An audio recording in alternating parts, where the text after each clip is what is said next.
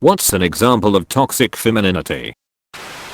Whatever is happening in Facebook birthing / mom groups. Some women are so out of touch with reality and high on toxic femininity that they think their uteruses are better than any doctor and that their feminine intuition supersedes any medical testing or intervention available today. Women are being brainwashed into skipping fetal testing and to avoid medical intervention even in life or death situations. It is literally killing mothers and babies and injuring a lot more. Edit. This isn't natural selection. Innocent babies are being harmed and are dying.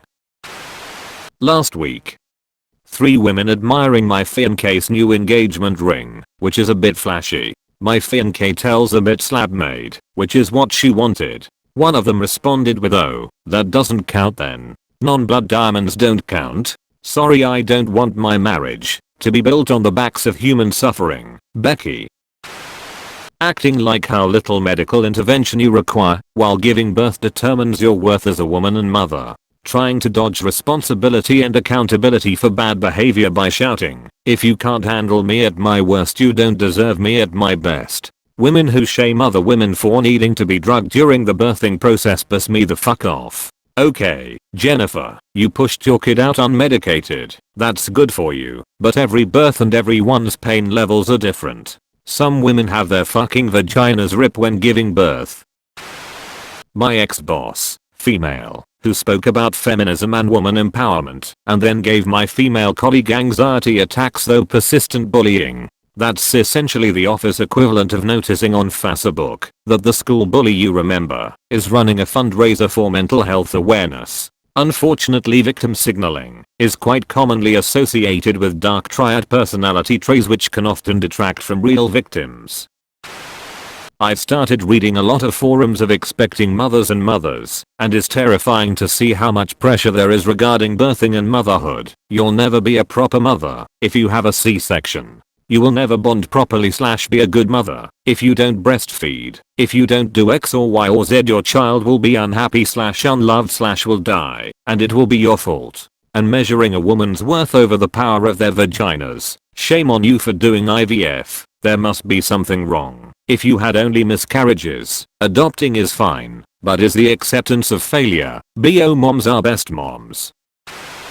Macup and fashion fans bullying you for how you show your femininity and performing it not being your priority. If your macup is not flawless and in trend, not okay. If you don't wear feminine, flattering clothes, not okay. Hard agree. Also see opposite, women thinking women who are into macup and fashion are shallow and vapid. Why can't people just do what they like?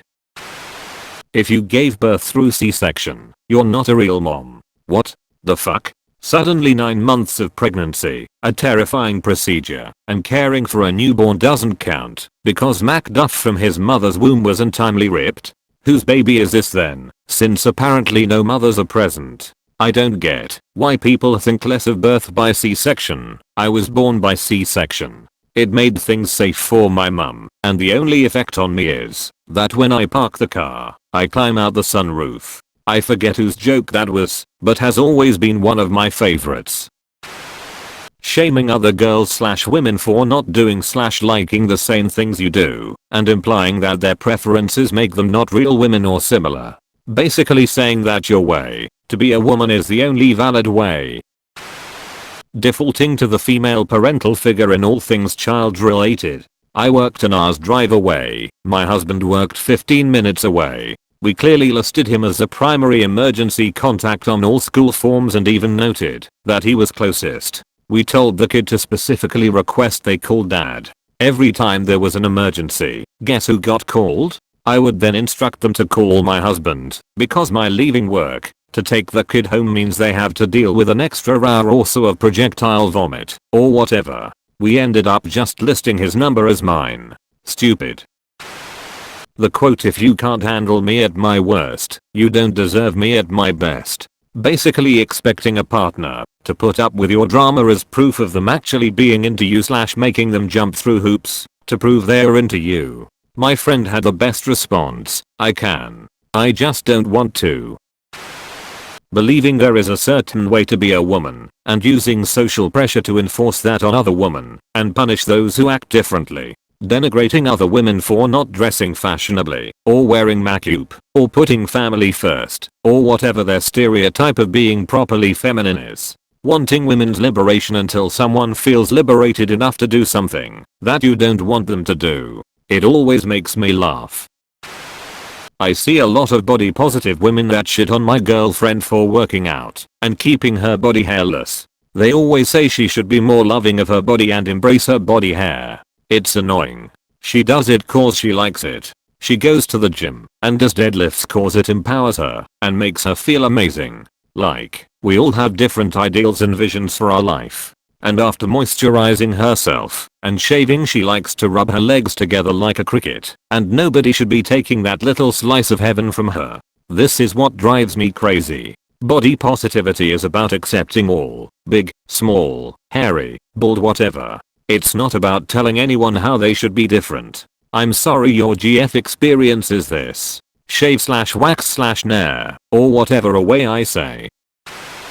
Girls who hit guys because they know the guy won't hit them back. My husband and I have gotten into huge fights with his sister and her husband over this. Their daughter hit our son because it's fun and she can. He hit her back. Bill told him he couldn't hit her because she was a girl. Got very upset when we told him not to teach our kid that and that he was just teaching his daughter it was okay to hit boys because she wants to. He accused us of raising him to be a bully, and we corrected that we are teaching him that he shouldn't be hitting anyone unless he was defending himself. We pointed out she has a history of hitting him because it's fun to her and we've had to discipline her in the past for it. We babysat her for years and he outright denied and refused to believe his daughter would do that. We didn't talk for a long time and we didn't have to babysit anymore. I got to 1. Being unable to criticize another woman for shit she did, since women support each other, has the exact same energy as frat guys saying bro code.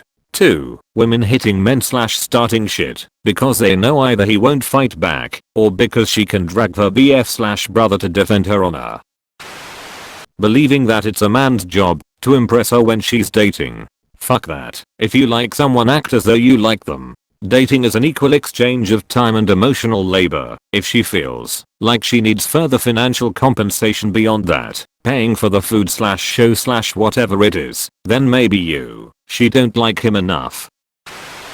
Either believing that women should be demure, gentle, non-confrontational, and submissive to men, or going the complete opposite and thinking that acting like a self-centered arsehole all the time and purposely hurting others means you are being a strong, powerful goddess. Neither is correct. Women should not have to be soft little flowers all the time, but it's also not okay to be an asshole. Assert yourself confidently, but don't be a dick about it. Expecting ourselves and other women to conform to beauty standards. Yep, even though there's much more discussion about the male gaze WRT beauty standards, I have only received pressure for more criticism about my appearance from other women. I've also never met a man who cared about my cellulite or signs of aging, or any other appearance flaw. I only feel self-conscious about those attributes around other women.